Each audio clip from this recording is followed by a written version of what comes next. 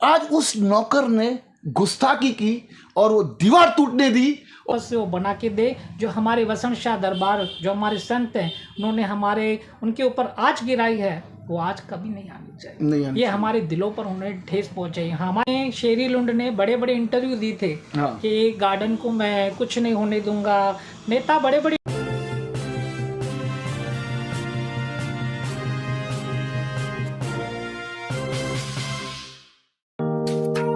Neeraj Vinod Burani's Spacecraft Interiors.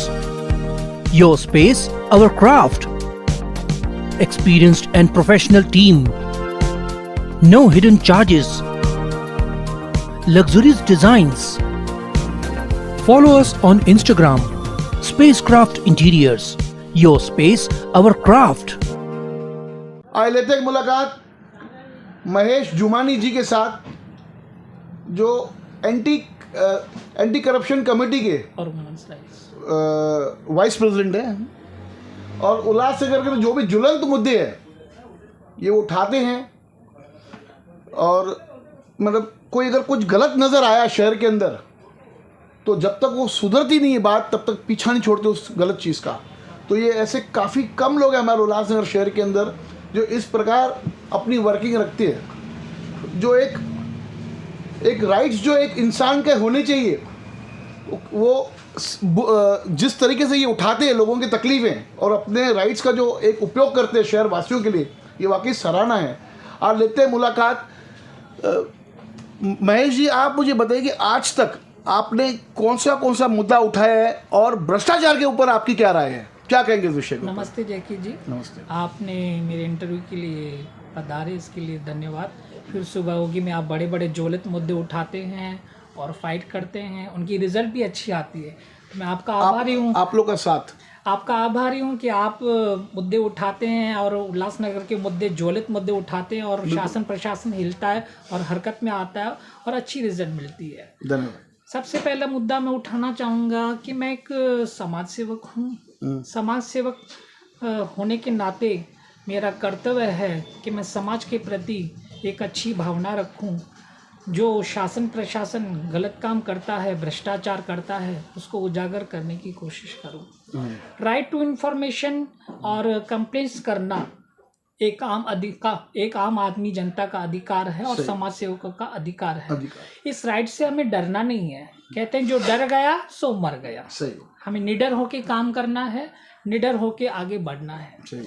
कई बार लोगों ने कथक प्रयास किए सोशल वर्क के आड़े आने में, प्रलोभन दिए, पर मैंने कभी किसी से प्रलोभन नहीं दिया और मैंने डट के काम किया। उल्लासनगर की चाहे म्यूनसिपाल्टी के रोडों की समस्या हो, पानी की समस्या हो, कचरे की समस्या हो, ऐसे कई प्रकार की अनेक ज्वलित मुद्दे हैं। जैसे प्रशासन, पुलिस प्रशासन हुआ, उससे महानगर पालिका प्रशासन हुआ, ट्रैफिक के मुद्दे उठाए। उल्लासनगर में जो टोचन की गाड़ी उठाई जाती थी उसके खिलाफ मैंने कंप्लेंट की हुई है। वो कंप्लेंट की कॉपी भी मेरे पास है, मैं आपको दिखाऊंगा। उसके बाद उन्होंने जो उल्लासनगर 3 में एक व्यापारी वो उठा रहे थे, उनकी जाली में पैर फंसने के कारण 17 सेक्शन का मामला। हाँ, 17 उनका सर फट गया था मोबाइल, जिसकी वजह से मैंने पुलिस प्रशासन के ऊपर उंगली उठाई और मैंने कहा कि आप सब ऑनलाइन दंड भेज रहे हैं तो उसको भी आप ऑनलाइन दंड भेज दीजिए। आज वो प्रतिक्रिया चालू हो गई है, सब जगह ऑनलाइन दंड चालू हो गया है। और ये कंप्लेंट मैंने 4-5 का भी मुद्दा उठाया हुआ है। शासन प्रशासन हरकत में आए हुए हैं। 10-15 दिन में शायद वो टोचन की गाड़ी बंद हो जाएगी, क्योंकि ये ज्वलित मुद्दा टोचन गाड़ी का है, जिसके वजह से व्यापारी लोग परेशान होते हैं। यहाँ से लेके 4 नंबर जाओ, वहाँ पे पैसे भरो, टाइम वेस्ट करो। ऑनलाइन दंड हो जाएगा। जनता अगर गलत करेगी तो उनको उनकी भी तो सजा मिलनी चाहिए ना। हर एक जगह सब लोग राइट नहीं होते। कहाँ जनता भ्रष्टाचार को लेके जो आज जो नेताओं पे आरोप लग रहे हैं, भ्रष्टाचार, खड्डों में भ्रष्टाचार, टेंडरों में भ्रष्टाचार, हर एक चीज में भ्रष्टाचार। तो भ्रष्टाचार को लेके आपका क्या सोच है, आपकी क्या राय है, आप क्या कहना चाहेंगे शहरवासियों के सामने? पहले तो मैं शहरवासियों को ये अपील करना चाहूँगा कि हमारी जनता को, उल्लासनगर को जागना चाहिए। जब जनता जागृत होती है तो हम भ्रष्टाचार की लड़ाई लड़ेंगे तो हम उसको रोक सकते हैं। भ्रष्टाचार एक ज्वलित मुद्दा है। जैसे महानगर पालिका का भ्रष्टाचार हुआ, ज्वलित मुद्दा क्यों है? क्योंकि यहाँ पर शासन और प्रशासन की मिली भगत की वजह से भ्रष्टाचार बढ़ा हुआ है। आप डोंबिवली देखिए, कल्याण देखिए, छोटी महानगर पालिका अमरनाथ, हाँ। उनकी भी डेवलपमेंट हो रही है। हाँ। उसके बाद बदलापुर की डेवलपमेंट हो रही है। हमारा उल्लासनगर महानगर पालिका कहलाता है, जिसका 950 करोड़ रुपए का बजट है। आप बताइए मुझे, 950 करोड़ रुपए में क्या कायाकल्प नहीं हो सकता है, बताइए। बिल्कुल। तो कहाँ जा रहा है पैसा? नेताओं की नीयत नहीं है महेश जी, नेताओं की नीयत नहीं है कि हम शहर में काम करें, उनकी नीयत ये है कि हम अपने घर भरें। तो मैं यही अपील करना चाहूँगा कि मैंने नगर सेवकों की 4-5 नगर सेवकों की मैंने आरटियाँ निकाली हुई है। इनको करोड़ों रुपए का फंड मिला हुआ है। ये झूठे बहाने बोलते रहते कि महानगर पालिका हमें पैसा नहीं देती, हमें ये नहीं मिलता, हमें वो नहीं मिलता। मैंने पैनल नंबर 16 की भी आरटियाँ निकाली हुई है। अच्छा। वहाँ पर भी डबल फंडिंग घोटाला हुआ है। अच्छा। मतलब 5 साल में एक जो नाली पास होनी है वो 4 बार पास होती है, मैंने चारों नगर सेवक मिलके खाते हैं। अच्छा, एक बार। हाँ, एक बार। और जो ये उल्लासनगर महानगर पालिका की जो रोड बनाए जाते हैं ना, पहले जो रोड बनाए जाते थे मजबूत बनाए जाते थे, अभी इनमें ग्रिड डाली जा रही है। हाँ। इनमें मिलावट की जा रही है। और इनकी टेस्टिंग रिपोर्ट होती है नवी मुंबई से कि अगर गलत हुआ तो उनको रोड फिर से बनाना पड़ेगा, पर ये टेस्टिंग रिपोर्ट भी गलत देते हैं। जब ठेकेदार को ठेका दिया जाता है उसमें ठेकेदार की पहले उसमें उसकी जो डिपॉजिट है उसमें जमा की जाती है कि अगर कुछ भी गलत हुआ तो हम अपने डिपॉजिट से उठाएंगे। उसके बाद उसका गारंटी पीरियड रहता है, अगर रोड खराब हुआ तो उसको वापस बना के देने का है। और उल्लासनगर में मैंने अब तक देखा है कोई भी ठेकेदार ने गारंटी पीरियड में रोड खराब होता है फिर से नहीं बना के देते, यानी उधर ही भ्रष्टाचार। हाँ, वहाँ भी भ्रष्टाचार है। मैंने कई वर्क ऑर्डरों की कापियाँ निकलवाई है जिनमें भ्रष्टाचार ही भ्रष्टाचार है। मेरे उल्लासनगर से आप 1 नंबर से लेके 5 नंबर तक देखिए कितना खड्डा है, मतलब बैलगाड़ी भी नहीं चल पाएगी। गांव में तो बैलगाड़ियां चलती है और उल्लासनगर में बैलगाड़ी भी नहीं चल पाएगी। अब जैसे आपने कहा कि 16 नंबर पैनल की मैंने यादी निकाली है, हाँ, तो ये जो कलानी सोसाइटी के बाहर जो गार्डन जो था, हाँ, साईं जी के नाम पर था, ये 16 नंबर पैनल में आता है ना? ओके, इसमें पैनल नंबर 16 में ही आता है। हाँ। ये मुद्दा मैंने भी उठाया था, एक ग्रुप बना था, शायद आपने ग्रुप में सब मैंने ही बनाया था ग्रुप, गार्डन बचाओ। ये क्या हुआ, प्रशासन ने उनको बराबर फंड दिया। हाँ। पर कालानी सोसाइटी में शेरी लुंड ने बड़े बड़े इंटरव्यू दिए थे। हाँ। कि गार्डन को मैं कुछ नहीं होने दूंगा। नेता बड़े बड़े इंटरव्यू देते रहते, बड़े बड़े भाषण देते रहते, पर आज तक क्या हुआ? गार्डन किसने बनाया था पहले मुझे ये बताइए? शेरी लुंड ने ही फंड से बनाया था ना, उसने ही कहा था कि मैं गार्डन को कुछ नहीं होने दूंगा, कुछ भी हो जाए। आज क्या हो गया?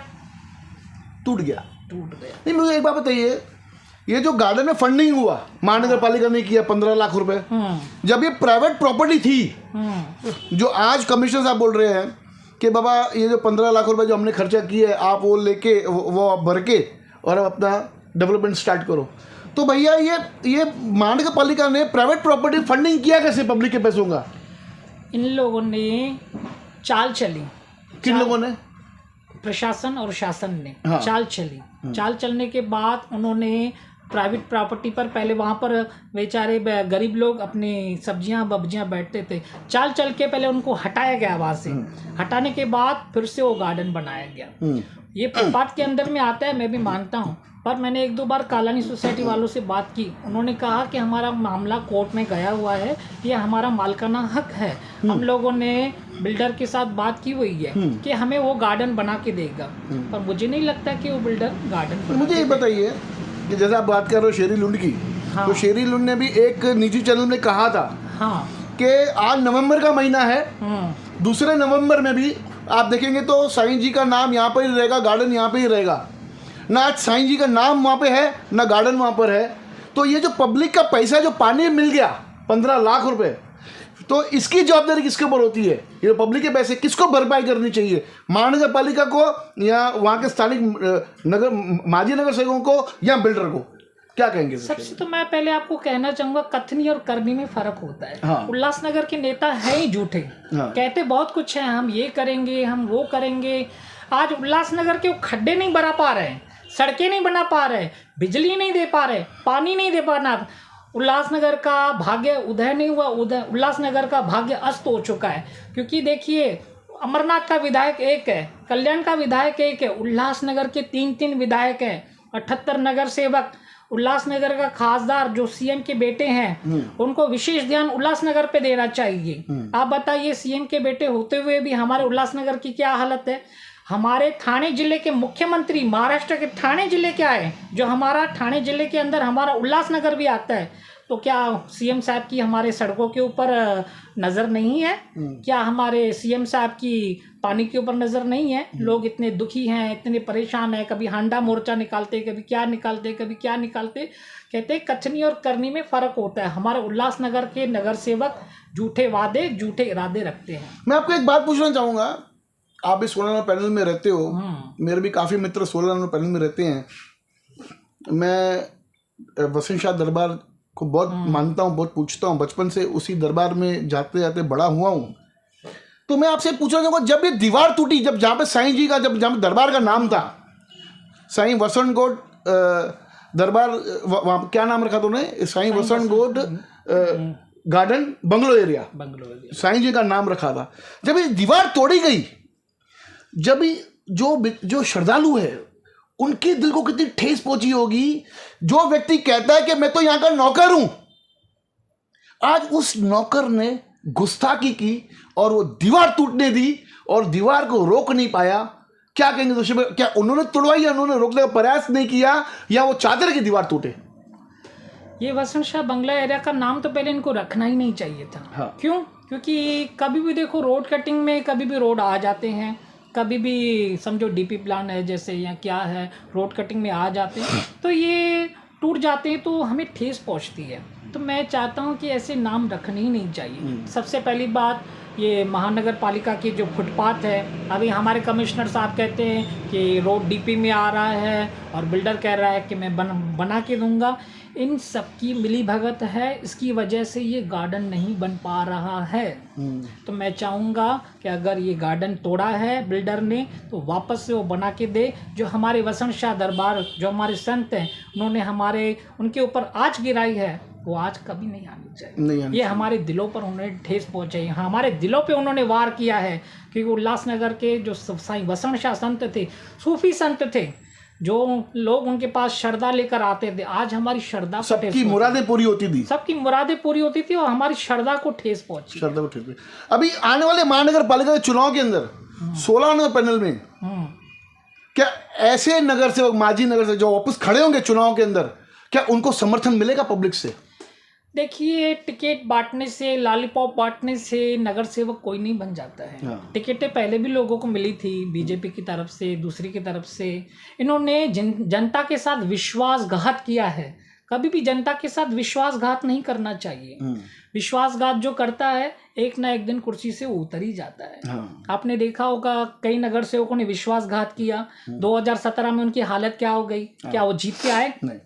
तो इन्होंने जनता के साथ विश्वासघात किया है। मुझे नहीं लगता है कि इनकी टिकट मिलने के बाद ये उड़ी मारते हैं कि हमारे ऊपर विधायक का हाथ है, हमारे ऊपर सीएम का हाथ है, पर चुनने वाली तो जनता है ना। तो क्या सीएम जनता इनके ऊपर हाथ रखेगी? टिकट तो मिल जाएगा, सब कुछ बंटवारा हो जाएगा, पर क्या जीत पाएंगे? बहुत अच्छा लगा आज महेश जी से बात करते हुए, और जाते जाते यही कहूँगा सभी शहरवासी, और कुछ आप कहना चाहते हैं तो आप कह सकते हैं। मैं ये कहना चाहूँगा कि उल्लासनगर के मैंने मेन ज्वलित मुद्दे उठाए हैं। जैसे पानी की समस्या हुई, 2016-17 में भी पानी की समस्या हुई थी, जो मैंने पत्र व्यवहार किया था कमिश्नर साहब से, मनोहर हिरे साहब थे, उन्होंने बोरिंगें खुदवाई। उसके बाद उल्लासनगर में जो पानी की विकट समस्या है ना, उसका कारण है हमारे उल्लासनगर में प्लेटें डली हुई हैं, जहाँ जहाँ पानी डाइवर्ट हो जाता है। नगर सेवक के फ़ोन के ऊपर हमारे घर में पानी आता है। क्यों? वहाँ पे वो वालमैन को फ़ोन घुमा देता है, ये एरिया में आज पानी छोड़ने का है, ये एरिया में पानी नहीं छोड़ने का है। इसकी वजह से तकलीफ़ें उठ रही है। तो मैं आपको बताना चाहूँगा कि हमारे उल्लासनगर का बजट 950 करोड़ होते हुए भी हमारे उल्लासनगर की सड़कें खस्ता हाल है, पानी व्यवस्था बराबर नहीं है, बिजली की व्यवस्था बराबर नहीं है। तो जनता जनार्दन है, जनता तो मैं बोलता हूँ जागृत होना चाहिए कि जनता हमारे उल्लासनगर की सुस्त है, वोटिंग भी नहीं करने जाती है। अच्छे जनप्रतिनिधियों को चुने तो हमारा शहर बदल सकता है। आज का कल्याण नहीं बदला, डोंबिवली नहीं बदला, अमरनाथ बदला, जो छोटी छोटी महानगर पालिकाएं वो बदल सकती है, तो हमारा उल्लासनगर नहीं बदल सकता। आज मैं आपको दिखाना चाहूँगा कि मैंने राज्यपाल तक कंप्लेंटें की हुई है कि उल्लासनगर में भ्रष्टाचार हो रहा है, उल्लासनगर की खस्ताल सड़कें हैं, पर अभी तक कोई एक्शन डिटेक्शन नहीं आया है।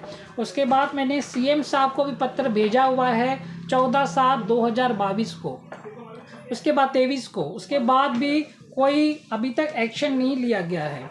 देखिए डिप्टी सीएम को भी मैंने किया हुआ है, जबकि मैं महानगर पालिका में लेटर डालता हूं तो एक्शन डिटेक्शन में आ जाते हैं। जैसे उल्लासनगर की पुलिस है, मैंने कई बार गृह मंत्रालय को कंप्लेन की, गृह मंत्रालय के भी लेटर मेरे पास हैं, आपको दिखा सकता हूं, गृह मंत्रालय के लेटर हैं मेरे पास।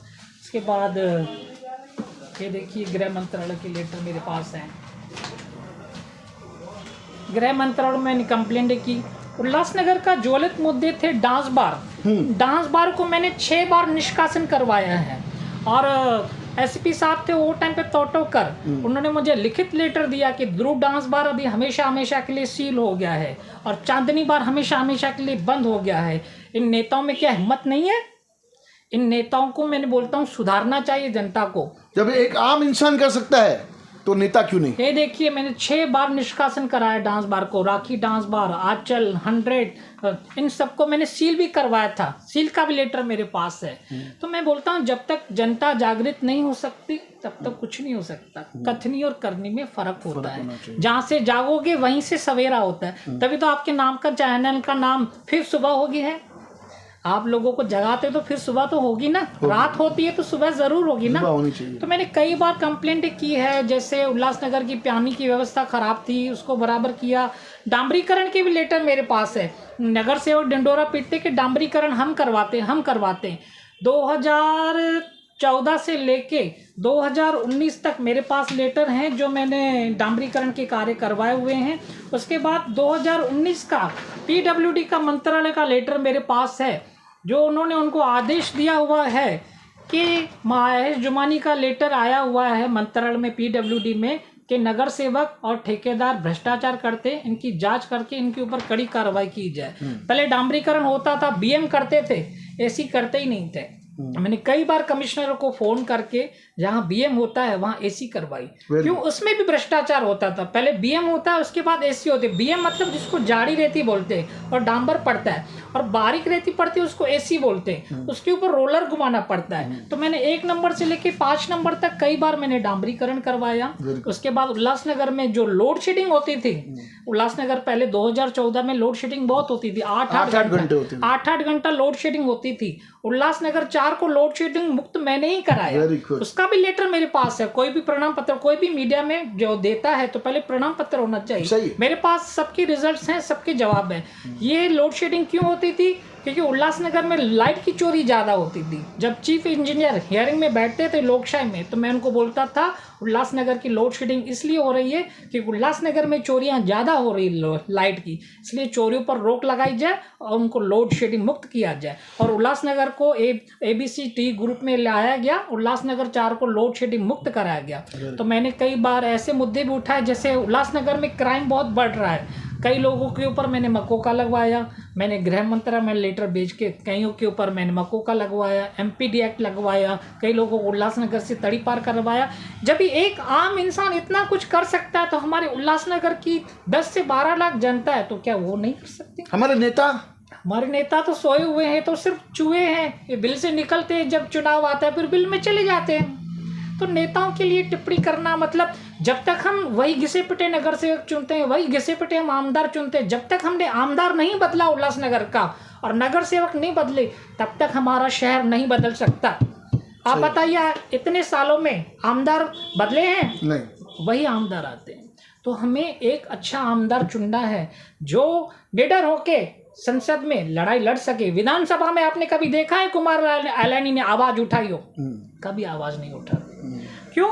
यहाँ पर भ्रष्टाचार बहुत है। आपने देखा होगा कोणार्क की कंपनी है, पहले 4.5 लाख रुपए का कचरे का ठेका दिया जाता था। आज 8.5 लाख रुपए का ठेका देने के बाद भी क्या हमारे उल्लासनगर में स्वच्छता है? पानी की लाइनों का टेंडर 150 करोड़ का था, वो कोणार्क कंपनी को दिया गया, 300 करोड़ का कर दिया गया। जब ठेकेदार रोड खोदता है तो उनको रोड कटिंग की फी भरनी पड़ती है। रोड कटिंग करने के बाद बराबर से रोड बनाना पड़ता है। क्या बराबर से आपने देखा है रोड बना है? नहीं बनता है। वर्क ऑर्डर लेने से पहले शर्तें रहती है, एंटी शर्तें रहती है। ये हमारे महानगर पालिका के आयुक्त उनको ब्लैक लिस्ट नहीं करते, इनको ब्लैक लिस्ट करना चाहिए, तभी हमारा उल्लासनगर सुधरेगा। हमारे उल्लासनगर की व्यवस्था जो सड़कें खराब हैं उसमें घटिया मटेरियल वापर करा जा रहा है, और हमारे उल्लासनगर में जनप्रतिनिधियों को जो फंड बांटे गए हैं उनमें डबल फंडिंग घोटाला है, जिसकी वजह से हमारा उल्लासनगर पिछड़ता जा रहा है। इसलिए मैं चाहूँगा कि हमारे उल्लासनगर को बदलने के लिए जनप्रतिनिधियों को बदलना पड़ेगा और आम जनता को जागृत होना पड़ेगा, तभी हमारा शहर उल्लासनगर को एक उल्लासनगर का मतलब क्या हुआ, शांति का नगर। क्या उल्लासनगर में आज शांति है? परेशानियाँ, निराशा, जहाँ देखो व्यवस्था खराब, पानी की व्यवस्था खराब। उल्लासनगर का लोगों ने नाम बदनाम कर दिया।